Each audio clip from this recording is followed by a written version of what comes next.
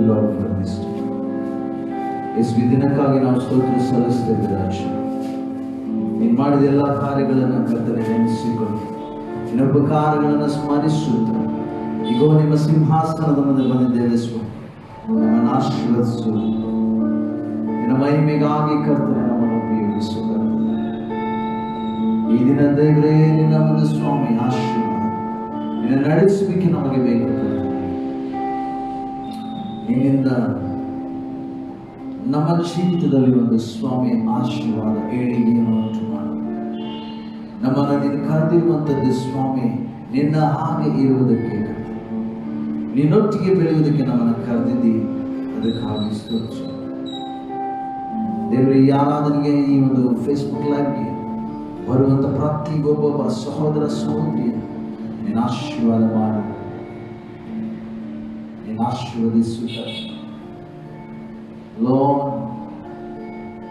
ನಿನ್ನನ್ನು ಸ್ವಾಮಿ ಸ್ತುತಿಸುವುದಕ್ಕೆ ನಮ್ಮ ಬಾಯಿ, ನಮ್ಮ ದೇಹ, ನಮ್ಮ ಅಂತರೇಂದ್ರಿಯಗಳನ್ನು ದೇವರು ಮೀಸಲಾಗಿ ಸಜೀವ ಯಜ್ಞವನ್ನಾಗಿ ಅರ್ಪಿಸ್ತೇವೆ. ನಮ್ಮನ್ನು ಉಪಯೋಗಿಸಿಕೊಡ್ಬೇಕು, ನಮ್ಮನ್ನು ಉಪಯೋಗಿಸಿಕೊಡ್ಬೇಕು.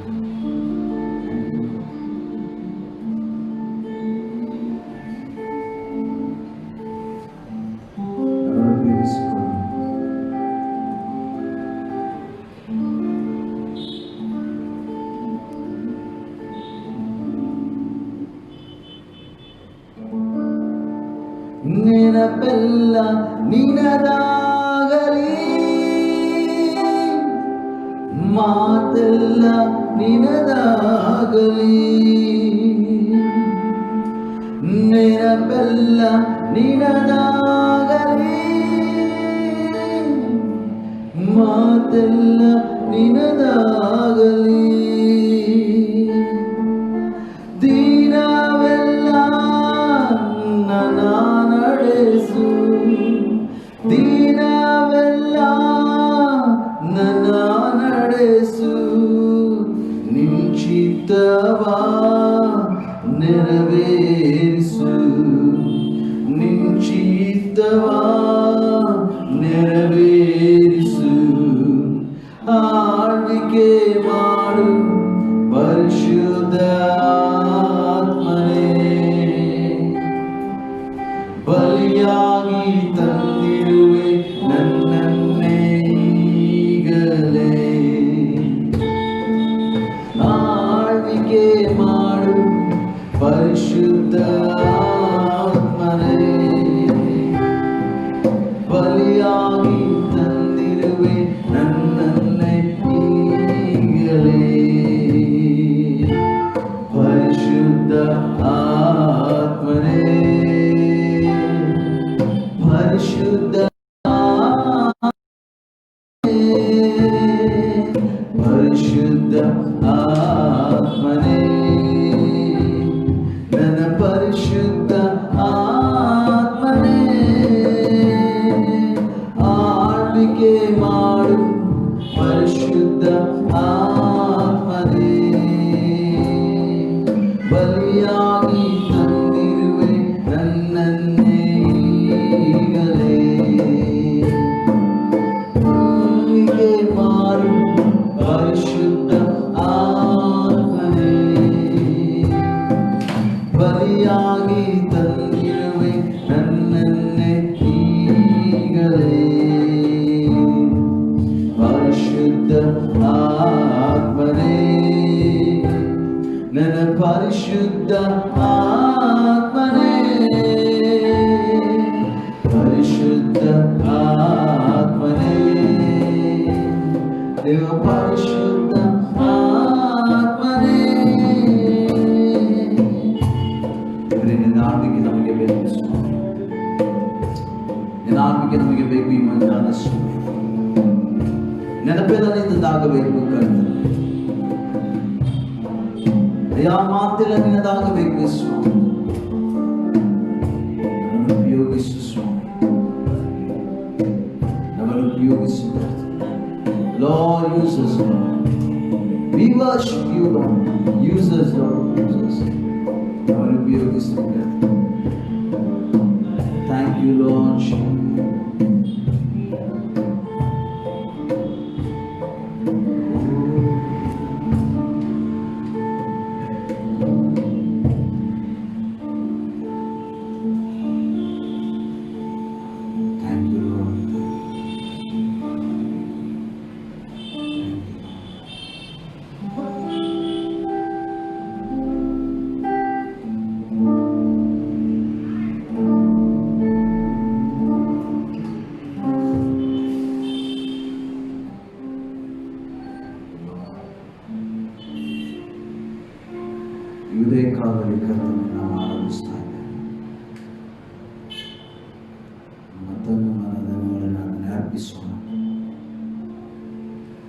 ಆತನ ಸಮ್ಮುಖದಲ್ಲಿ ಸಿಗುವ ಆಶೀರ್ವಾದ ಅದು ಬೇರೆ 1000 ದಿನಕ್ಕಿಂತಲೂ ಉತ್ತಮವಾಗಿದೆ.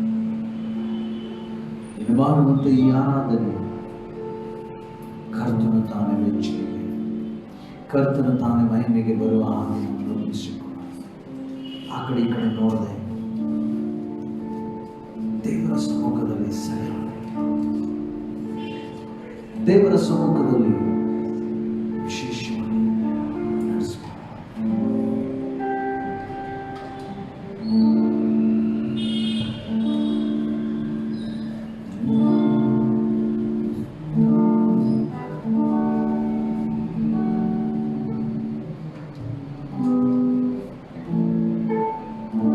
ಯೇಸು ನನ್ನಲ್ಲಿ ನೀನಿರಲು ಮನಸೋತು ನಾ ಹೋಗಲಾರೆ.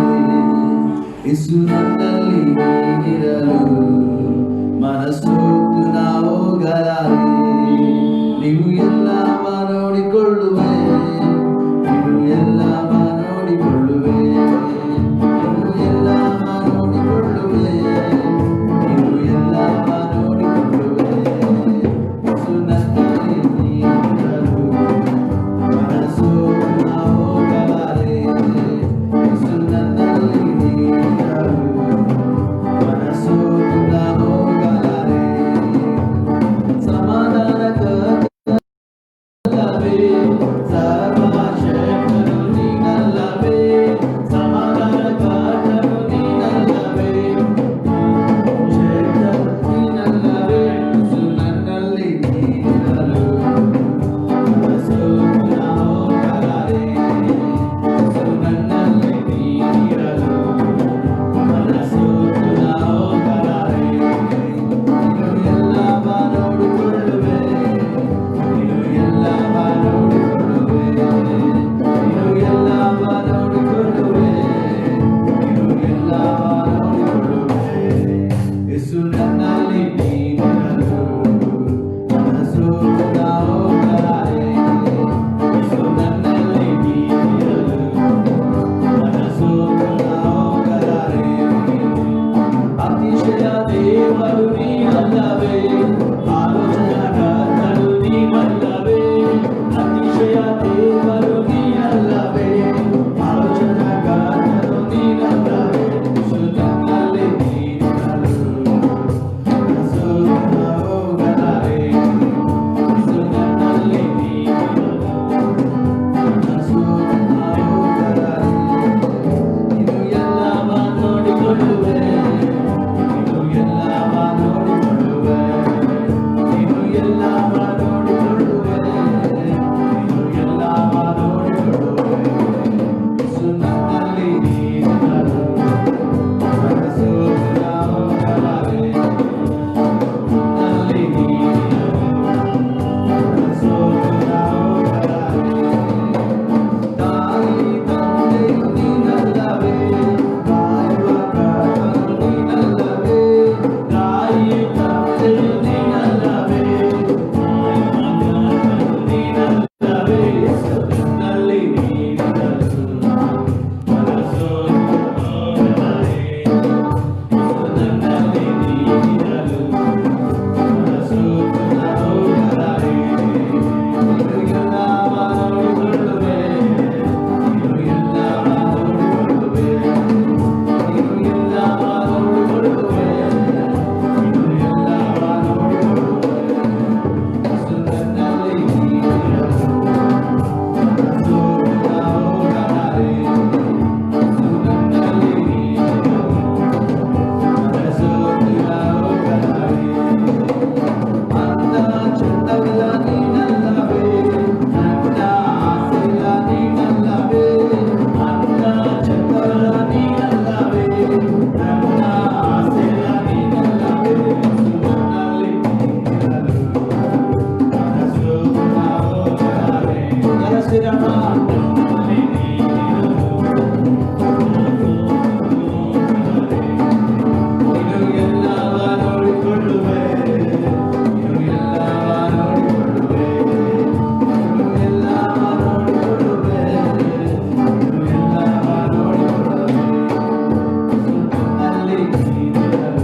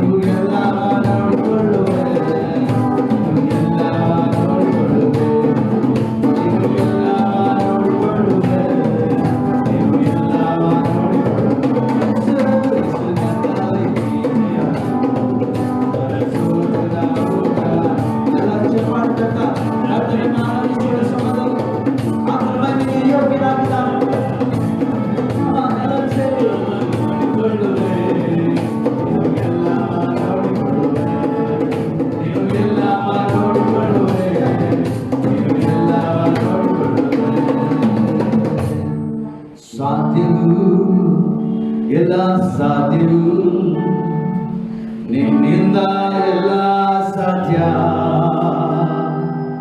ಅಸಾಧ್ಯವು ಒಂದು ಇಲ್ಲ, ನಿನ್ನಿಂದ ಸಾಧ್ಯವು ಒಂದು ಇಲ್ಲ. ಎಲ್ಲ ಸಿಗೋಣ. ಸಾಧ್ಯವು, ಎಲ್ಲ ಸಾಧ್ಯವು ನಿನ್ನಿಂದ, ಎಲ್ಲ ಸಾಧ್ಯ. ಅಸಾಧ್ಯವು ಒಂದು ಇಲ್ಲ, ನಿನ್ನಿಂದ ಸಾಧ್ಯವು ಒಂದು ಇಲ್ಲ. ಎಲ್ಲ ಸಿಗೋಣ. ಸಾಧ್ಯವು, ಎಲ್ಲ ಸಾಧ್ಯವು ನಿನ್ನಿಂದ, ಎಲ್ಲ ಸಾಧ್ಯ. ಅಸಾಧ್ಯವು ಒಂದು ಇಲ್ಲ, ನಿನ್ನಿಂದ ಸಾಧ್ಯವು ಒಂದು ಇಲ್ಲ. ಸಮುದ್ರದಿಂದ ಕಟ್ಟು ಎದರಿ ಓಡಿದಯ್ಯ,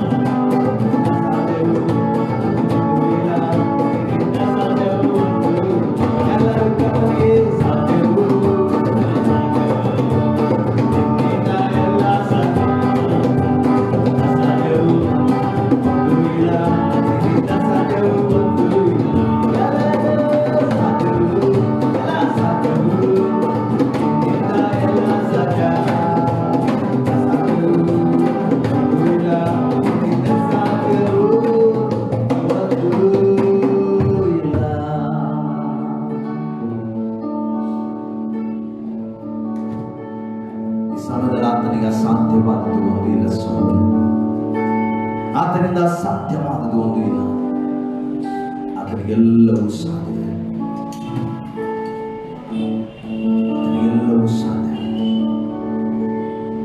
ನಿನ್ನ ಮಾಯೆ ಇದರೆ ಸೈತಾನ ಓಡುವನು. ನಿನ್ನ ಮಾಯೆ ಇದರೆ ಸೈತಾನ ಓಡುವನು. ನಿನ್ನ ಮದಿ ಕೈ ಚಾಚಲು ರೋಗವು ನೀಗಲು. ನಿನ್ನ ಮದಿ ಕೈ ಚಾಚಲು ರೋಗವು ನೀಗಲು. ಸ್ವಾಮಿ, ನಿನ್ನಿಂದ ಸಾಧ್ಯವಾದದ್ದು ಒಂದಿಲ್ಲ ಕರ್ತಾನೆ.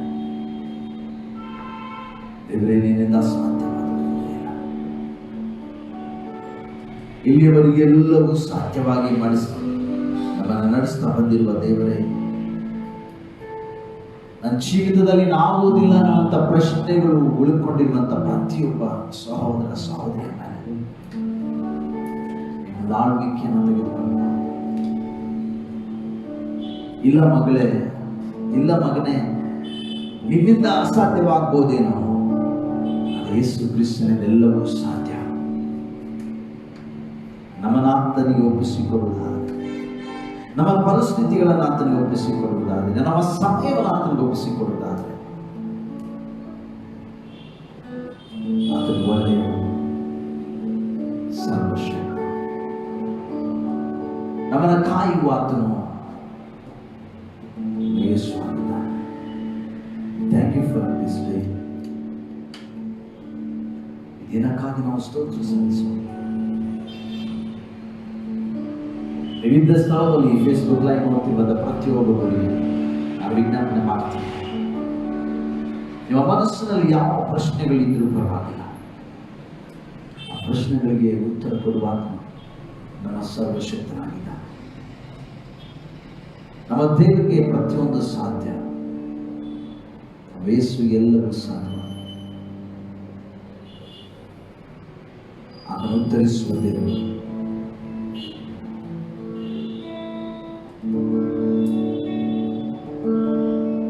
ನೀನು ದೇವರ ದೃಷ್ಟಿಯಲ್ಲಿ ವಿಭಿನ್ನನಾಗಿದೆ. ಲೋಕಕ್ಕೆ ನೀನು ಸಾಮಾನ್ಯನಾಗಿರ್ಬೋದು, ಈ ಲೋಕಕ್ಕೆ ಏನು ಇಲ್ಲದವನಾಗಿರ್ಬೋದು. ಲೋಕದಲ್ಲಿ ಮೆಚ್ಚುವಂತ ಕಾರ್ಯಗಳು, ಮೆಚ್ಚುವಂತ ಗುಣಗಳು, ವಿದ್ಯಾಭ್ಯಾಸ, ಜ್ಞಾನ, ಆಸ್ತಿ, ಅಂತಸ್ತು, ಸ್ನೇಹಿತರ ಬಳಗ ನಿನ್ನಲ್ಲಿ ನಿಲ್ಲದೆ ಇರಬಹುದು. ದೇವರಿನ್ನೂ ನಿನ್ನನ್ನು ತನ್ನ ವಿಶೇಷ ಮಗಳು ಎಂಬುದಾಗಿ ನೆನೆಸ್ತಾ ಇದ್ದಾನೆ. You are the Pacific. It's a different voice of God. ನೀನು ವಿಭಿನ್ನನಾಗಿದ್ದಿ ದೇವರ ದೃಷ್ಟಿಗೆ. ನಿನ್ನ ದೇವರು ನಿನ್ನನ್ನು ಎಲ್ಲಾ ರೀತಿಯಾಗಿ ನೋಡೋದಿಲ್ಲ, ವಿಭಿನ್ನವಾಗಿ ನೋಡ್ತಾ ಇದ್ದಾನೆ. ಆತನಿಗೆ ಬೇರೆ ಪ್ರೀತಿ ನಿನ್ನ ಮೇಲೆ ಇದೆ. ಆತ ನಿನ್ನ ಮೇಲೆ ಗೌರವ, ಪ್ರೀತಿಯನ್ನು, ನಂಬಿಕೆಯನ್ನು ಬೇರೆ ರೀತಿಯಾಗಿ ನೋಡ್ತಾನೆ. ಆತನಿಗೆ ನೀನು ವಿಶೇಷವಾಗಿದೆ. Thank you lord Jesus.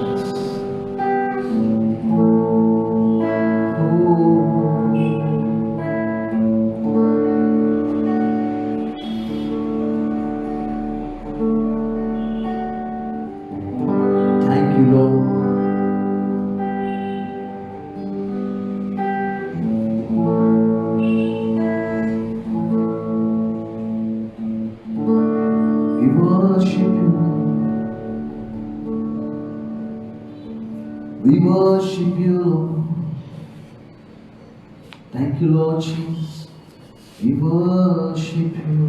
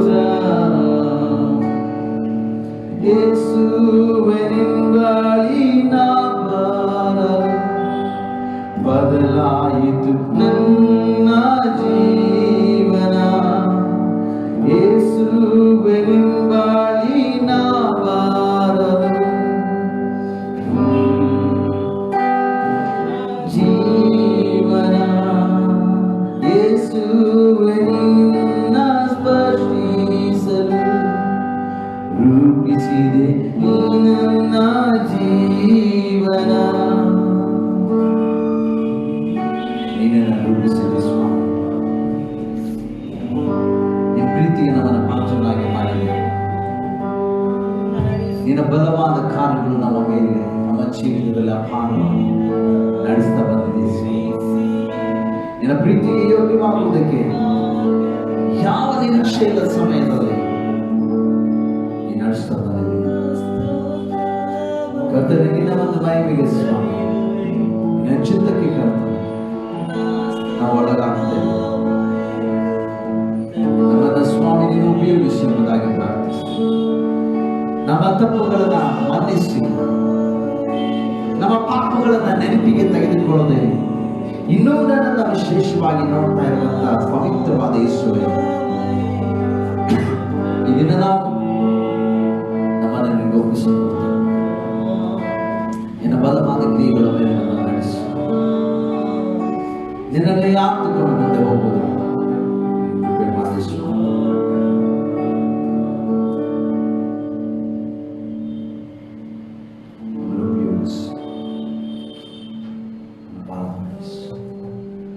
Online Facebook ಅಲ್ಲಿ ಬಂದಿರುವಂಥ ಪ್ರತಿಯೊಬ್ಬರ ನಿನ್ನ ಚಿತ್ತಕ್ಕೆ ಕರ್ತನೆ ಆಶೀರ್ವದಿಸಿ, ನಿನ್ನ ಕ್ರಿಯೆಗಳ ಮೇಲೆ ಕರ್ತನೆ ವಿಶೇಷವಾದ ಗುರಿ ಮಾತನಾಡಲು ನಿನ್ನ ಕಾರ್ಯಗಳು ಸ್ವಾಮಿ ಪ್ರತಿಯೊಬ್ಬೊಬ್ಬರ ಮೇಲೆ ಇಳಿದು ಬರಲಿ ಅಂತ ನಾನು ಬೇಡಿಕೊಳ್ತೇನೆ. ಪ್ರತಿಯೊಬ್ಬೊಬ್ಬರ ಮೇಲೆ ಅವರಿರುವ ಸ್ಥಳಗಳಲ್ಲಿ ಕರ್ತನೆ ಅವರಿರುವಂಥ ಒಂದು ಸ್ವಾಮಿ ನಂಬಿಕೆಯ ಮೇಲೆ ಇಳಿದು ಬರಲಿದ್ದಾಗಿ ಪ್ರಾರ್ಥಿಸ್ತೇನೆ. ನೀ ಮಾತನಾಡು, ಚಿತ್ತದ ಕಾರ್ಯಗಳಲ್ಲಿ ಬರ ಯೇಸುವಿನ ನಾಮದಲ್ಲಿ ಕರ್ತನೆ. ಆಮೆನ್.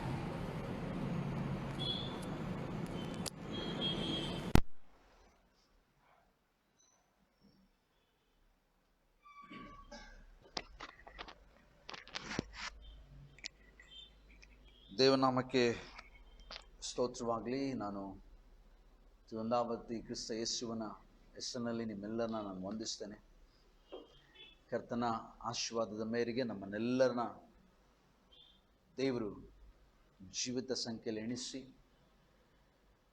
ಆತನ ಕೃಪೆಗೆ, ಆತನ ನಂಬಿಕೆಗೆ ಸರಿಯಾಗಿ ನಮ್ಮನ್ನು ಕಾಯ್ದು ನಡೆಸಿದ್ದಾನೆ. ಸೊ ಈ ಫೇಸ್ಬುಕ್ ಲೈವಲ್ಲಿ ನೀವೆಲ್ಲ ಬರ್ತಾ ಇದ್ದೀರಿ, ಅನೇಕ ಜನರು ಕಾಮೆಂಟ್ ಕಳಿಸ್ತಾ ಇದ್ದೀರಿ. ಸೊ ಇದನ್ನು ಬಹಳಷ್ಟು ಜನ ಶೇರ್ ಮಾಡ್ತಾ ಇದ್ದೀರಿ. ದೇವರಿಗೆ ಸ್ತೋತ್ರ. ಸೊ ಕನ್ನಡದಲ್ಲಿ ವಾಕ್ಯಗಳು ಅನೇಕ ಪ್ರಾಂತಗಳಲ್ಲಿ ಹೋಗಬೇಕು, ಅನೇಕ ಪ್ರಾಂತಗಳಲ್ಲಿ ಸಾರಲ್ಪಡಬೇಕು. ಸೊ ಕೆಲವೊಂದು ಬಾರಿ ನೆಟ್ವರ್ಕ್ ಪ್ರಾಬ್ಲಮ್ ಇರೋದ್ರಿಂದ ನಾವಿರುವ ಸಭೆಯಲ್ಲಿ, ನಾವಿರುವಂಥ ಸ್ಥಳದಲ್ಲಿ ಕೆಲವೊಂದು ಸಾರಿ ಅಡಚಣೆ ಉಂಟಾಗ್ತದೆ. ಅದಕ್ಕಾಗಿ ನಾನು ಕ್ಷಮೆ ಯಾಚಿಸ್ತೇನೆ. ಬರೋ ದಿನಗಳಲ್ಲಿ ಇನ್ನೂ ಕ್ಲಾರಿಟಿಯಾಗಿ, ಇನ್ನೂ ಹೆಚ್ಚಾಗಿ ಒಂದು ಉತ್ತಮವಾದ ರೀತಿಯಲ್ಲಿ ಫೇಸ್ಬುಕ್ ಲೈವ್ನ ನಿಮ್ಮ ಮಧ್ಯದಲ್ಲಿ ತರುವುದಕ್ಕೆ ನಾವು ಪ್ರಯತ್ನ ಮಾಡ್ತೇವೆ. ಸೊ ಸುಮಾರು ಜನ, ನಾವು ಅಂದುಕೊಂಡ ಹಾಗೆ ಸುಮಾರು ಜನ ಅಂದರೂ ಪರವಾಗಿಲ್ಲ, ಎಲ್ಲಿ 2-3 ಸೇರಿ ಬರ್ತಾರೋ ಅಲ್ಲಿ ಕರ್ತನ ನಾಮದಲ್ಲಿ ಆಶೀರ್ವಾದ, ಕರ್ತನ ಅವರ ಮಧ್ಯದಲ್ಲಿ ಉಪಸ್ಥಿತನಾಗಿರ್ತಾನೆ ಎಂಬುದಾಗಿ ನಾವು ನೋಡ್ತೇವೆ. ಸೊ ಇವತ್ತು ನಾನು ಸುಮಾರು ಜನ ನೋಡಲ್ಲ, ಯಾಕಂದರೆ ಕನಿಷ್ಠ ಪಕ್ಷ ಒಂದು 8 ಜನದಿಂದ 10 ಜನ ಮಾತ್ರ ಲೈವಲ್ಲಿ ಬರ್ತಾರೆ. ಸ್ತೋತ್ರ. ಯಾರ ಹತ್ರ ಸ್ಮಾರ್ಟ್ ಮೊಬೈಲ್ಗಳಿದೆಯೋ, ಫೇಸ್ಬುಕ್ ಇದೆಯೋ ಅವರೆಲ್ಲ ನೋಡ್ತಾರೆ. ಉಳಿದವ್ರಿಗಾಗಿ ಈಗ ನಾನು ಸ್ತೋತ್ರ ಸಲ್ಲಿಸ್ತೇನೆ. ಅವರ ಮೊಬೈಲ್ಗಳು ದೇವರ ಸೇವೆಗಾಗಿ ಉಪಯೋಗಿಸಲ್ಪಡಲಿ, ದೇವರ ವಾಕ್ಯಕ್ಕಾಗಿ. ಸೊ ಬಂದಿರುವಂಥ ಎಲ್ಲ ಸಿಸ್ಟರ್ಸ್, ಬ್ರದರ್ಸ್ಗಾಗಿ ನಾನು ಫೇಸ್ಬುಕ್ ಲೈವ್ ಬಂದಿರುವಂಥವ್ರು, ಸ್ವಲ್ಪ ನೆಟ್ವರ್ಕ್ ಇಶ್ಯೂ ಇದೆ, ಅದಕ್ಕೆ ಯಾರ್ದು ಲೈವ್ ತೋರಿಸ್ತಾ ಇಲ್ಲ.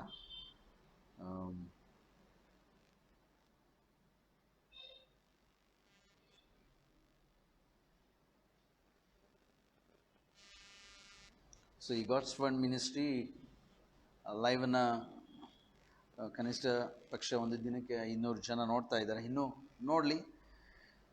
It is the not a for public city. ನಾವು ಪಬ್ಲಿಕ್ ಸಿಟಿ ಮಾಡೋದಕ್ಕಂತಲ್ಲ. ದೇವರ ವಾಕ್ಯ ಅನೇಕ ಪ್ರಾಂತಗಳಲ್ಲಿ ಹಂಚಲ್ಪಡಲಿ, ಅದು ಸಾರಲ್ಪಡಲಿ ಅಂತ. ನಿಮ್ಮೊಂದು ಚಿಕ್ಕ ಸೇವೆ ಇಷ್ಟೇ. ಈ ಕನ್ನಡ ವಾಕ್ಯವನ್ನು ನಿಮ್ಮ ಸ್ನೇಹಿತರಿಗೆ, ನಿಮ್ಮ ಬಂಧುಗಳಿಗೆ ಶೇರ್ ಮಾಡಿ. ಶೇರ್ ಮಾಡೋದ್ರ ಮೂಲಕವಾಗಿ ನಾವು ವಾಕ್ಯಗಳನ್ನು ಸ್ಪಷ್ಟವಾಗಿ ಜನರ ಮಧ್ಯೆ ತೆಗೆದುಕೊಂಡು ಹೋಗುವುದಕ್ಕೆ ಇಷ್ಟು ಪ್ರಯತ್ನ ಪಡ್ತಾ ಇದ್ದೀವಿ. ಆ ಪ್ರಯತ್ನ ಫಲದಾಯಕವಾಗುವುದಕ್ಕೆ ನಿಮ್ಮಲ್ಲಿ ಒಂದು ಪ್ರಯತ್ನ ನೀವು ಶೇರ್ ಮಾಡಬೇಕು, ನೀವು ವಾಕ್ಯಗಳನ್ನು ಶೇರ್ ಮಾಡಬೇಕು ಎಂಬುದಾಗಿ ನಾನು ಪ್ರಾರ್ಥಿಸ್ತೇನೆ. ಈ ಸಮಯದಲ್ಲಿ ನಾವು ವಾಕ್ಯ ಭಾಗಕ್ಕೆ ಹೋಗೋಣ. ಒಂದಾವರ್ತಿ ಮೊದಲನೇ ತಿಮೋತಿಗೆ ಬರೆದಂಥ ಪತ್ರಿಕೆ, ಅಲ್ಲಿ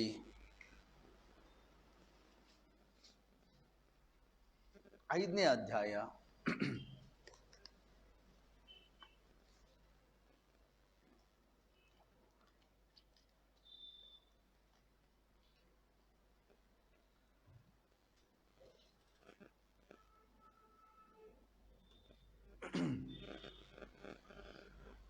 ಮೊದಲನೇ ತಿಮೋತಿಗೆ ಬರೆದಂಥ ಪತ್ರಿಕೆ 5ನೇ ಅಧ್ಯಾಯ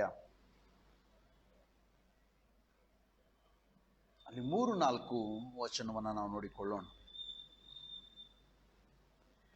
మొదటి తిమోతికి రాసినటువంటి పత్రిక 5వ అధ్యాయం ఇక్కడ 3-4 వచనాన్ని చదువుకుందాం. 1 Timothy chapter 5 verse 3-4 ನಾವು ಈ ಸಮಯದಲ್ಲಿ ಧ್ಯಾನ ಮಾಡೋಣ. ದಿಕ್ಕಿಲ್ಲದ ವಿಧವೆಯರನ್ನು ಸಂರಕ್ಷಿಸು. ಆದರೆ ಒಬ್ಬ ವಿಧವೆಗೆ ಮಕ್ಕಳಾಗಲಿ ಮೊಮ್ಮಕ್ಕಳಾಗಲಿ ಇದ್ದರೆ ಅವರೇ ಮೊದಲು ತಮ್ಮ ಮನೆಯವರಿಗೆ ಭಕ್ತಿ ತೋರಿಸುವುದಕ್ಕೂ ತಂದೆ ತಾಯಿಗಳಿಗೆ ಪ್ರತ್ಯುಪಕಾರ ಮಾಡುವುದಕ್ಕೂ ಕಲಿತುಕೊಳ್ಳಲಿ. ಇದು ದೇವರ ದೃಷ್ಟಿಯಲ್ಲಿ ಮೆಚ್ಚುಗೆಯಾದದ್ದು. ದಿಕ್ಕಿಲ್ಲದೆ ಒಬ್ಬಂಟಿಗಳಾಗಿರುವ ವಿಧವೆಯ ದೇವರ ಮೇಲೆ ನಿರೀಕ್ಷೆಯನ್ನಿಟ್ಟು ಹಗಲಿರುಳು ವಿಜ್ಞಾಪನೆಗಳಲ್ಲಿಯೂ ಪ್ರಾರ್ಥನೆಗಳಲ್ಲಿಯೂ ನೆಲೆಗೊಂಡಿರುವಳು. ಓಕೆ, ಸೊ ಈ ಸಮಯದಲ್ಲಿ ನಮಗೆ ಬೇಕಾಗಿರುವಂಥ ಪ್ರಾಮುಖ್ಯ ವಚನ ಇದು ದೇವರ ದೃಷ್ಟಿಯಲ್ಲಿ ಮೆಚ್ಚುಗೆಯಾದದ್ದು. ನಾವು ಅನೇಕ ಬಾರಿ ದೇವರಿಗೆ ಏನು ಇಷ್ಟ ಎಂಬುದಾಗಿ ಪ್ರಯತ್ನ ಮಾಡ್ತೇವೆ, ಅದನ್ನು ಮಾಡೋದಕ್ಕೆ ಇಷ್ಟಪಡ್ತೇವೆ. ಇಲ್ಲಾಂದರೆ ಮನುಷ್ಯರಿಗೆ ನಾವು ಕೇಳ್ತೇವೆ, ಏನಂತಂದರೆ ನಿನಗೇನು ಇಷ್ಟ, ನಿನಗಿಷ್ಟವಾದದ್ದು ಏನು, ಅದನ್ನು ನಾನು ಮಾಡ್ತೇನೆ. ಇಲ್ಲ ಬರ್ಡೇ ದಿನಗಳಲ್ಲಿ ಕೇಳ್ತಾರೆ, ನಿಮಗೇನು ಇಷ್ಟ ಅದನ್ನು ಕೊಡಿಸ್ತೇನೆ.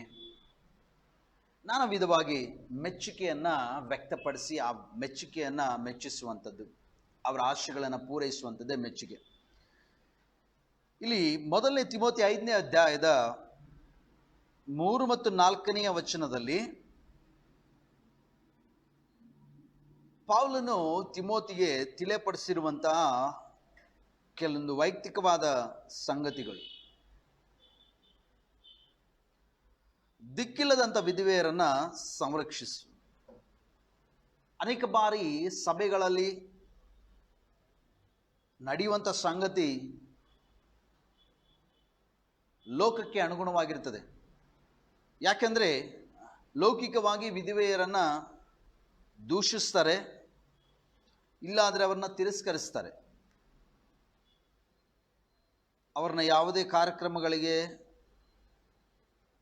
ಅವನ್ನ ಯಾವುದೇ ಒಳ್ಳೆಯ ಕಾರ್ಯಗಳಿಗೆ ಆಹ್ವಾನ ಕೊಡೋದಿಲ್ಲ. ಆದರೆ ಸತ್ಯವೇದ ನಮ್ಮ ಮನಗಳಿಗೆ, ನಮ್ಮ ಮನಸ್ಸಿಗೆ ಒಂದು ವಿಶೇಷತನವನ್ನು ರೂಪಿಸ್ತದೆ. ಏನಂತಂದರೆ ಅವರನ್ನೇ ಹೆಚ್ಚಾಗಿ ಪರಾಮರ್ಶಿಸಬೇಕಂತ. ಯಾರ ಜೀವಿತದಲ್ಲಿ ದಿಕ್ಕಿಲ್ಲ ಎಂಬುದಾಗಿ ತಿಳಿದುಕೊಳ್ತಾರೋ ಅವರ ಜೀವಿತದಲ್ಲಿ ವಿಭಿನ್ನವಾದಂಥ ಒಂದು ದಿಕ್ಕು ಕೊಡಿರಿ ಎಂಬುದಾಗಿ ವಾಕ್ಯ ಹೇಳ್ತದೆ. ಹಾಗೆ ನೀವು ಮನೆಯಲ್ಲಿ ಸಮಯ ಇದ್ದರೆ ಅದನ್ನು ಸಂಪೂರ್ಣವಾಗಿ 5ನೇ ಅಧ್ಯಾಯವನ್ನು ಓದಬೇಕೆಂಬುದಾಗಿ ನಾನು ಕೇಳ್ಕೊಳ್ತೇನೆ. ಆದರೆ ಇವತ್ತು ಪ್ರಾಮುಖ್ಯವಾದ ಸಂಗತಿ, ನಾವು ಯಾವುದು ಲೋಕದಲ್ಲಿ ಕಡಿಮೆ ಎಂಬುದಾಗಿ ಭಾವಿಸ್ತೀವೋ, ಯಾವುದು ತಿರಸ್ಕರಿಸಲ್ಪಟ್ಟಿದೆಯೋ, ಯಾವುದು ಕಡಿಮೆ ಅಂಕಿನಲ್ಲಿದೆಯೋ, ಕಡಿಮೆ ಅಂಚಿನಲ್ಲಿದೆಯೋ ಎಂಬುದಾಗಿ ಅದನ್ನೇ ಸತ್ಯವೇದ ಬಹಳ ಪ್ರಾಮುಖ್ಯತೆಯನ್ನು ತೋರಿಸ್ತದೆ. ಸೊ ಅದಕ್ಕೆ ಪೌಲನು ತಿಮೋತಿಗೆ ಹೇಳಬೇಕಾದ್ರೆ, ದಿಕ್ಕಿಲ್ಲದ ವಿಧವೆಯರನ್ನ ಸಂರಕ್ಷಿಸು. ಆದರೆ ಒಬ್ಬ ವಿಧವೆಗೆ ಮಕ್ಕಳಾಗಲಿ ಮೊಮ್ಮಕ್ಕಳಾಗಲಿ ಇದ್ದರೆ ಅವರೇ ಮೊದಲು ತಮ್ಮ ಮನೆಯವರಿಗೆ ಭಕ್ತಿ ತೋರಿಸುವುದಕ್ಕೂ ತಂದೆ ತಾಯಿಗಳಿಗೆ ಪ್ರತ್ಯುಪಕಾರ ಮಾಡುವುದಕ್ಕೂ ಕಲಿತುಕೊಳ್ಳಲಿ.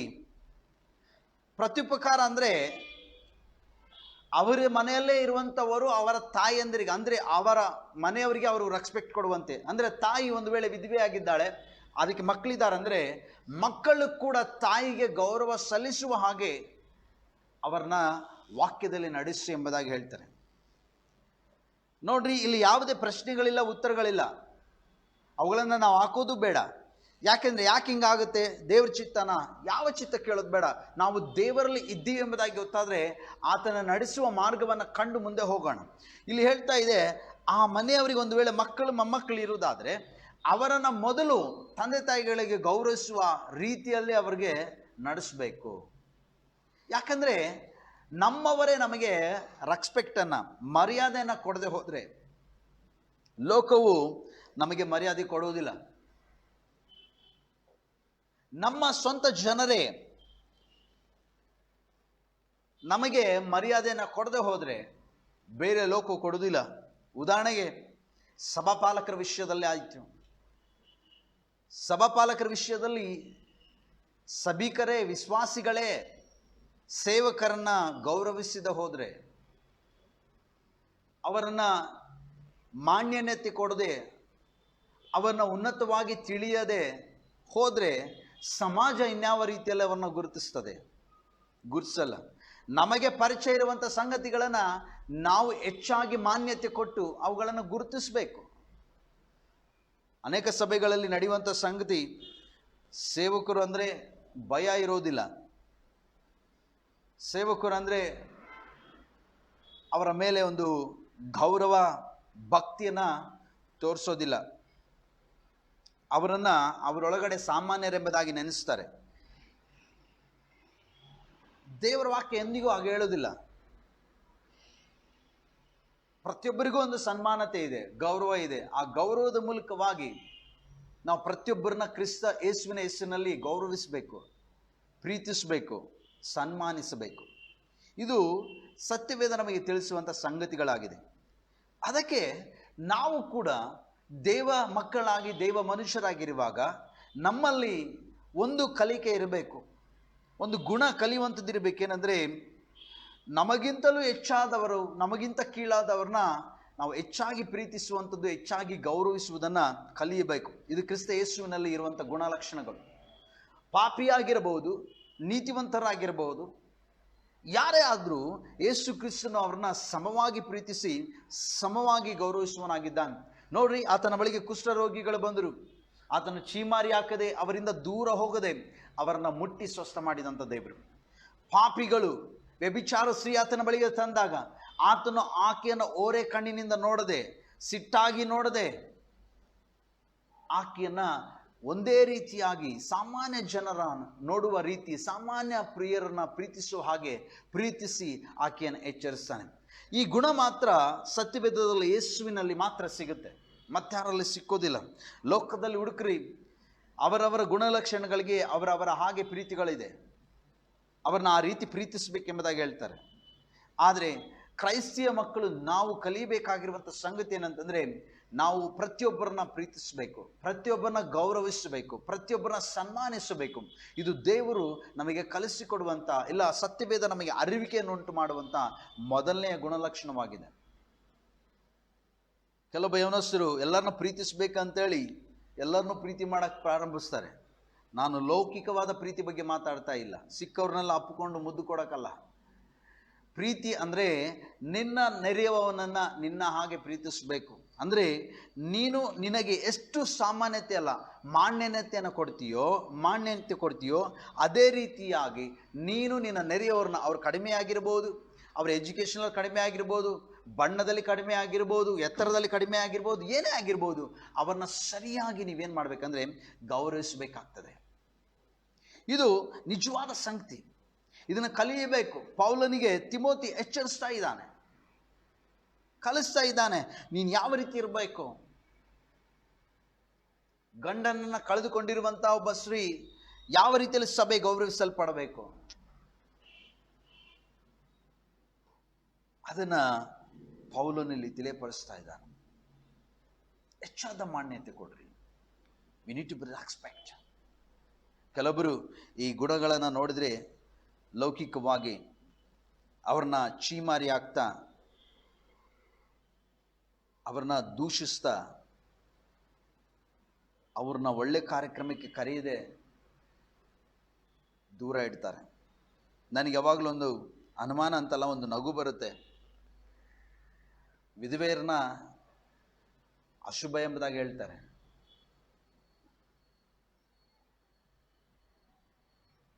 ದೇವರಿಗೆ ಸ್ತೋತ್ರ. ಒಬ್ಬ ವಿಲಿಯಂ ಕೇರಿ ಮೂಲಕವಾಗಿ ಭಾರತ ದೇಶದಲ್ಲಿ ಸತಿಸಾಗಮನ ಪದ್ಧತಿಯನ್ನು ತ್ಯಜಿಸುವಂತೆ ದೇವರು ಸಹಾಯ ಮಾಡಿದ್ದಾರೆ. ಗಂಡನ ಸತ್ತ ತಕ್ಷಣವೇ ಗಂಡನನ್ನು ಸುಡುವಾಗ ಇಲ್ಲ ಉಳುವಾಗ ಹೆಂಡತಿಯನ್ನು ಕೂಡ ಸುಡುವಂಥದ್ದು, ಆ ಪದ್ಧತಿಯನ್ನು ನಮ್ಮ ದೇಶದಲ್ಲಿ ತೆಗೆದುಹಾಕಿದ್ದಾನೆ. ದೇವರಿಗೆ ಸ್ತೋತ್ರ. ಆದರೆ ಈಗಿನ ಜನಗಳಲ್ಲಿ ಸುಡುವುದಕ್ಕಿಂತ ಮಾತುಗಳಿಂದ ಸಾಯಿಸ್ತಾ ಇರ್ತಾರೆ. ಅದು ಇನ್ನೂ ಭಯಂಕರವಾದದ್ದು. ಸುಡುವಂಥ ನೋವನ್ನು ಸಹಿಸಬಹುದೇನೋ, ಮಾತಿನಿಂದ ಚುಚ್ಚಿ ನೋವು ಮಾಡುವಂಥ ಮಾತುಗಳನ್ನು ಸಹಿಸ್ಕೊಳ್ಳೋಕ್ಕಾಗೋದಿಲ್ಲ.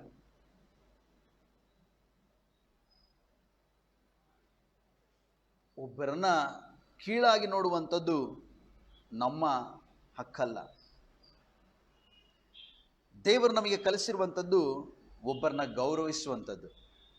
ಅವರ ಜೀವಿತದಲ್ಲಿ ಯಾವುದೋ ಒಂದು ಘಟನೆ ಮೂಲಕ, ಸಂಗತಿ ಮೂಲಕ ಗಂಡನನ್ನು ಕಳೆದುಕೊಂಡಿರಬಹುದು. ಅಷ್ಟು ಮಾತ್ರಕ್ಕೆ ಅವರು ಲೋಕದಲ್ಲಿ ದೂಷಿತರು, ಇಲ್ಲವಾದರೆ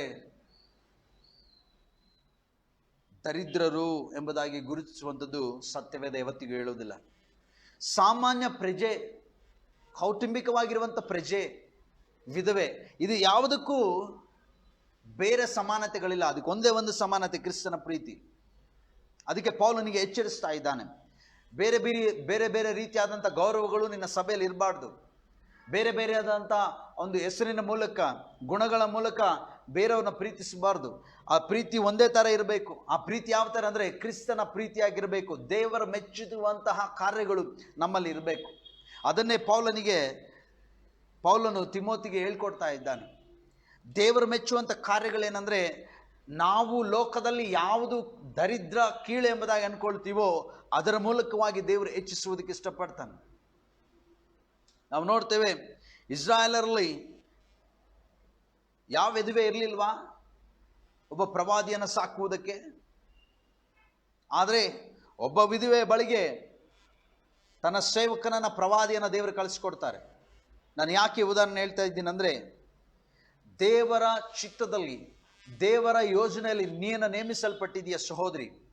ತಿಳಿಬೇಡ ನನ್ನ ಜೀವಿತದಲ್ಲಿ ಅಕಸ್ಮಾತ್ ಆಗೋಯ್ತು, ಇಲ್ಲ ಬೇರೆ ಉದ್ದೇಶಗಳಿಂದ ಆಗೋಯ್ತು. No, there is a purpose. ದೇವರ ಆಲೋಚನೆ, ದೇವರೊಂದು ಪ್ರಣಾಳಿಕೆ ನಿನ್ನ ಜೀವಿತದಲ್ಲಿ ಇದೆ. ಹಂಗಂತೇಳಿ ನಾನು ಏನಿಲ್ಲ ಎಂಬುದಾಗಿ ಯಾವತ್ತಿಗೂ ತಿಳಿಯಬೇಡ. ದೇವರು ಉದ್ಧಾರಕನಾಗಿದ್ದಾನೆ. ದೇವರ ವಾಕ್ಯ ಹೇಳ್ತದೆ, ನಾನು ನಿನ್ನನ್ನು ಅನಾಥನಾಗಿ ಬಿಡುವುದಿಲ್ಲ. ಒಂದು ವೇಳೆ ಕಳೆದುಕೊಂಡಿರುವಂಥ ಬಾಧೆ ಕುಟುಂಬದಲ್ಲಿ ಇರ್ಬೋದು. ಒಂದು ವೇಳೆ ಆ ಒಂದು ನಿರಾಶೆ, ಜಿಗುಪ್ಸೆ ನಮ್ಮನ್ನು ಕೊಲ್ಬಹುದು. ಹೌದು, ಬಹಳ ನಿಜ, ಕಠಿಣ ಅನಿಸ್ತದೆ ಒಂದು ದೇಹವನ್ನು ಕಳೆದುಕೊಳ್ಳುವಂಥದ್ದು, ಒಬ್ಬರನ್ನ ದೂರವಾಗಿ ಇಡುವಂಥದ್ದು. ಅಂಥ ಒಂದು ಸ್ತ್ರೀಗೆ, ಅಂಥ ಒಂದು ಸಹೋದರಿಗೆ, ಅಂಥ ಒಂದು ವಿಧವೆಗೆ ಸತ್ಯವೇದ ಪ್ರೋತ್ಸಾಹ ಮಾಡ್ತಾ ಇದೆ, ಸಭೆ ಪ್ರೋತ್ಸಾಹ ಮಾಡ್ತದೆ. ಏನಂತಂದರೆ, ನಿಮ್ಮನ್ನ ಯಾವ ರೀತಿ ಪ್ರೀತಿಸಬೇಕೋ, ಗೌರವಿಸಬೇಕೋ ಅದು ಸತ್ಯವೇದದಲ್ಲಿ ಹೆಚ್ಚಾಗಿ ತೋರಿಸ್ತದೆ. ಮಾನ್ಯತೆ ಕೊಡ್ತಾ ಇದೆ, ಗೌರವಿಸ್ತಾ ಇದ್ದೇವೆ. ಅದಕ್ಕೆ ಪೌಲನಿಗೆ ಹೇಳ್ತಾ ಇದ್ದಾನೆ, ನೀನು ಆ ಮನೆಯವರಿಗೆ ಕಲಿಸಿಕೊಡು. ನಾವೇ ದೂರ ಇಟ್ಟರೆ ಮಕ್ಕಳು ಕೂಡ ದೂರ ಇಡ್ತಾರೆ.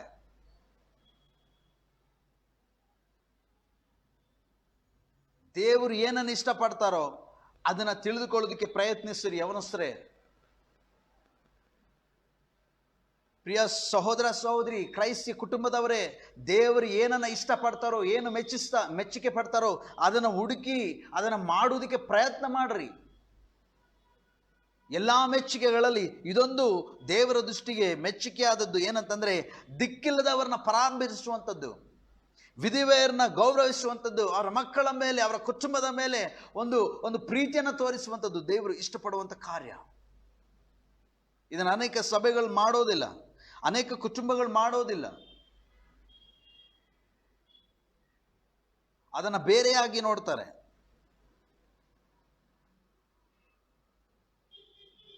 ಇದು ಬೈಬಲ್ ಸಹಿಸೋದಿಲ್ಲ, ಯೇಸು ಕ್ರಿಸ್ತನ ಸಹಿಸೋದಿಲ್ಲ. ನಾವು ಕ್ರಿಸ್ತನ ಮಕ್ಕಳು, ನಾವು ಕ್ರಿಸ್ತನ ಹೋರಾಟದಲ್ಲಿ ಒಬ್ಬರೇ ಆಗಿದ್ದೇವೆ. ದೈಹಿಕವಾಗಿ ಮಾತ್ರ ಇಬ್ಬರಾಗಿರ್ತೇವೆ, ಶಾರೀರಿಕವಾಗಿ ಮಾತ್ರ ನಾವು ಇಬ್ಬರಾಗಿ ಕಾಣ್ತೇವೆ. ಯಾವಾಗ ದೇವರ ವಾಕ್ಯ ಹೇಳ್ತದೆ ಇವರಿನ ಮೇಲೆ ಇಬ್ಬರಲ್ಲ ಒಬ್ಬರೇ ಎಂಬುದಾಗಿ, ಅದೇ ರೀತಿಯಾಗಿ ಒಂದು ವೇಳೆ ಗಂಡನನ್ನು ಕಳೆದುಕೊಂಡಿರ್ಬೋದು, ಇಲ್ಲ ಹೆಂಡತಿಯನ್ನು ಕಳೆದುಕೊಂಡಿರ್ಬೋದು, ನೀನು ಯಾವ ಸ್ಥಿತಿಯಲ್ಲಿ ಇದ್ದರೂ ಕೂಡ ದೇವರಿಗೆ ನೀನು ಒಂದೇ ಆಗಿರ್ತೀಯ. ಅವರು ಇದ್ರೂ ಇಲ್ಲದೆ ಹೋದರೂ ದೇವರ ದೃಷ್ಟಿಯಲ್ಲಿ ನೀನು ಸರಿಸಮಾನವಾಗಿರ್ತೀಯ. ಮನುಷ್ಯರ ದೃಷ್ಟಿ ಬಿಟ್ಬಿಡ್ರಿ. ನಾವು ಇನ್ನು ಮೇಲೆ ಜೀವಿಸುವವರು ಯೇಸುಗಾಗಿ ಜೀವಿಸುವುದಕ್ಕೆ, ನಡೆದರೆ ಯೇಸುಗಾಗಿ ನಡೆಯುವುದಕ್ಕೆ ನಾವು ಪ್ರಾರಂಭಿಸುವಾಗ ಪೌಲನಿಗೆ ಹೇಳಿದಂಥ ಎಚ್ಚರಿಕೆ ಮಾತುಗಳೇನೆಂದರೆ, ಮನೆಯವರಿಗೆ ಭಕ್ತಿ ತೋರಿಸುವುದರಲ್ಲಿ, ತಂದೆ ತಾಯಿಗಳಿಗೆ ಪ್ರತ್ಯುಪಕಾರ ಮಾಡುವುದರಲ್ಲಿ ಕಲಿಸಿಕೊಡು. ನಾವು ಕಲಿಸಿಕೊಡ್ಬೇಕು. ನಾವು ಕ್ರಿಯೆಗಳ ಮೂಲಕವಾಗಿ, ಪ್ರೀತಿಯ ಮೂಲಕವಾಗಿ ಕುಟುಂಬಗಳನ್ನು ನಾವು ಸಂತೈಸಬೇಕು, ನಡೆಸಿ ತೋರಿಸಬೇಕು. ಇದು ಸತ್ಯವೇದ ಹೇಳ್ತಾ ಇದೆ. ನಾನೆಲ್ಲ ನನ್ನ ಸಹೋದರ ಸಹೋದರಿಗೆ, ವಿಶೇಷವಾಗಿ ಸಹೋದರಿಯರಿಗೆ, ಅಕ್ಕ ತಂಗಿಯರಿಗೆ, ನೀವು ನೆನೆಸ್ಬೇಡ್ರಿ ನೀವು ವಿಧವೆಯರಾಗಿ ಲೋಕದಿಂದ ಸಪ್ರೇಟ್ ಹಾಕಿದ್ದೀರಿ ಅಂತ. ನೋ, ಬೈಬಲ್ ಹೇಳ್ತದೆ ಆತನ ಅಂಗಕ್ಕೆ ನಾವು ಒಂದು ಆಗಿದ್ದೆ. ಆತನ ಅಂಗಕ್ಕೆ ನಾವು ಒಂದು ಅಂಗವಾಗಿದ್ದೇವೆ. ಸಭೆ ಒಂದು ಅಂಗವಾಗಿದೆ. ವಿಧವೆಯರು ಬೇರೆ, ಅವ್ರಿಗೆ ಒಂದು ಸಭೆ. ನೋ, ದೇವ್ರು ಹೇಳ್ತಾನೆ ಅವ್ರನ್ನ ಪರಾಮರ್ಶಿಸಿ. ನೀವು ಕೂಡ ಆರಿಸಲ್ಪಟ್ಟವರಾಗಿದ್ದೀರಿ. ನಿಮ್ಮ ನಡವಳಿಕೆ, ನಿಮ್ಮ ಆಧ್ಯಾತ್ಮಿಕ ಜೀವಿತ ಅದು ವಿಶೇಷವಾಗಿ ನಡೆದುಕೊಳ್ಳೋದಕ್ಕೆ ಪ್ರಾರಂಭಿಸ್ತದೆ. ಯಾವತ್ತಿಗೂ ತಿಳಿಯಬೇಡ್ರಿ ನಾವು ಪ್ರತ್ಯೇಕವಾಗಿದ್ದೀವಿ. 5ನೇ ವಚನದಲ್ಲಿ ನೋಡ್ತೇವೆ, ಒಬ್ಬಂಟಿಗಳಾಗಿರುವ ವಿಧವೆಯು ದೇವರ ಮೇಲೆ ನಿರೀಕ್ಷೆಯನ್ನಿಟ್ಟು ಹಗಲಿರುಳು ವಿಜ್ಞಾಪನೆಗಳಲ್ಲಿಯೂ ಪ್ರಾರ್ಥನೆಗಳಲ್ಲಿಯೂ ನೆಲೆಗೊಂಡಿರುವಳು. ಆದರೆ ಭೋಗಿಯಾಗಿರುವ ವಿಧವೆಯು ಬದುಕಿರುವಾಗಲೂ ಸತ್ತವಳೆ. ಸಾಕು. ಲೌಕಿಕವಾಗಿ ಚಟಗಳು, ಲೌಕಿಕವಾಗಿ ಆಶೆಗಳು ಇರುವಂಥ ಒಬ್ಬ ಸ್ತ್ರೀಗೂ ವಿಧವೆಗೂ, ಆಧ್ಯಾತ್ಮಿಕವಾಗಿರುವಂಥ ವಿಧವೆಗೂ ಬಹಳ ವ್ಯತ್ಯಾಸ ಇದೆ. ಭೋಗಿ ಅಂದರೆ ಆಶೆಗಳು. ಇನ್ನೊಬ್ಬನ ಯಾವನಾದ್ರೂ ಮಾಡ್ಕೋಬೇಕಾ, ಇನ್ನೇನಾವುದಾದ್ರೂ ಸಿಗ್ತಾರ, ಇನ್ನೇನಾದರೂ ಲೈಫ್ ಮಾಡಬೇಕಾ, ಇನ್ನೊಂದು ಆಪ್ಷನ್ ಇದೆಯಾ ನನ್ನ ಲೈಫಲ್ಲಿ, ನನಗೆ ಇನ್ನೂ ಅಂದ ಇದೆ, ನನಗೆ ಇನ್ನೂ ಯೌವನ ಇದೆ ಅನ್ನುವಂಥ ಒಬ್ಬ ವಿಧವೆ, ಅವಳು ಲೋಕದಲ್ಲಿ ವ್ಯರ್ಥವಾಗಿದ್ದಾಳಂತೆ. ಅವಳು ಬದುಕಿದ್ರು ಸತ್ತವಳೆಗೆ ಸಮಾನನಾಗಿದ್ದಾಳೆ. ಯಾಕಂದ್ರೆ ಆಕೆಯಲ್ಲಿ ಆಶೆಗಳಿದೆ, ದೈಹಿಕ ಆಶೆ, ಭೋಗಗಳಿದೆ. ತನ್ನ ಅಂದವನ್ನು ಸರಿ ಮಾಡಿಕೊಳ್ಳುವುದರಲ್ಲಿ, ತನ್ನ ಸೌಂದರ್ಯವನ್ನು ಸರಿ ಮಾಡಿಕೊಳ್ಳುವುದರಲ್ಲಿ, ತನ್ನ ಬಟ್ಟೆಗಳನ್ನು ಧರಿಸಿಕೊಳ್ಳುವುದರಲ್ಲಿ.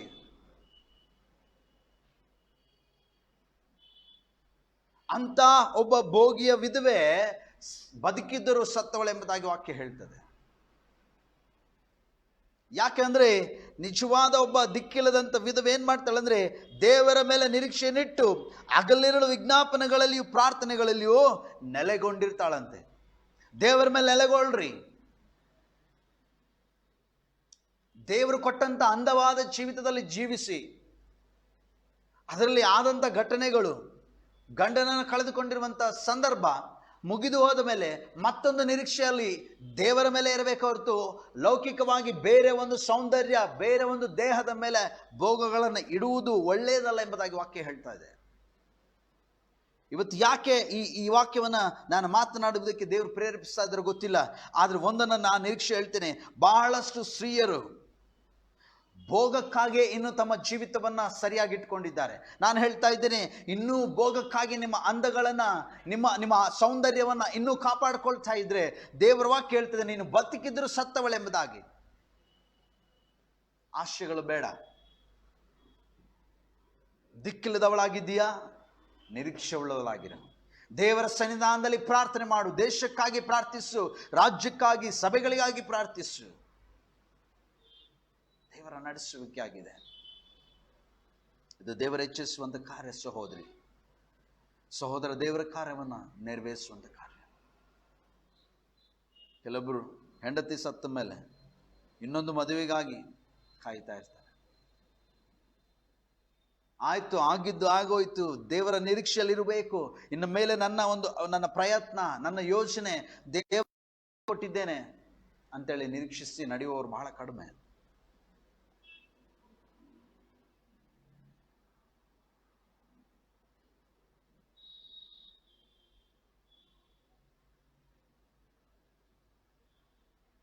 ಯಾಕೆಂದ್ರೆ ಪೌಲನು ತಿಮೋತಿಗೆ ಹೇಳ್ತಾನೆ,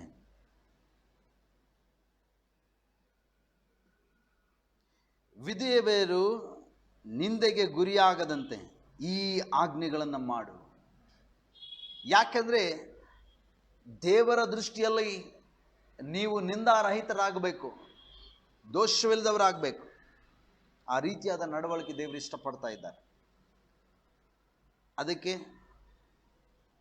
ಈ ಆನ್ಲೈನ್ ಮೂಲಕವಾಗಿ ಈ ಮೆಸೇಜನ್ನು ನೋಡ್ತಾ ಇರುವಂಥ ಪ್ರತಿಯೊಬ್ಬ ನನ್ನ ಸಹೋದರಿಗೆ,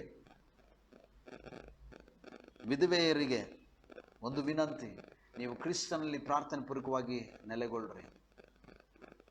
ಆತನಿಗೆ ಮೆಚ್ಚುಗೆಯಾದ ಕಾರ್ಯಗಳನ್ನು ಮಾಡ್ರಿ. ಆತನಲ್ಲಿ ಭರವಸೆ. ದೇವರು ಮೆಚ್ಚುವ ಕಾರ್ಯಗಳಿಗಾಗಿ ಪ್ರಯತ್ನ ಮಾಡಿ. ಇಷ್ಟು ದಿನ ಇದ್ರು ಅವರನ್ನ ಮೆಚ್ಚಿಸುವುದಕ್ಕೆ ನಿಮ್ಮನ್ನು ನೀವು ಮಾಡ್ತಾ ಇದ್ರಿ. ಆದರೆ ನಿಜವಾದ ಒಬ್ಬ ಮೆಚ್ಚುಗೆ ಕರ್ತನಿದ್ದಾನೆ, ಆತನ ಯೇಸು ಕ್ರಿಸ್ತನು. ಆತನಿಗಾಗಿ ನಿಮ್ಮನ್ನು ನೀವು ಮೆಚ್ಚಿಸುವುದಕ್ಕೆ ಬಿಡ್ರಿ. ಈ ವಾಕ್ಯಗಳನ್ನು ಕೇಳಿಸಿಕೊಳ್ತಿರುವಂಥ ಪ್ರತಿಯೊಬ್ಬ ಸಹೋದರ ಸಹೋದರಿ,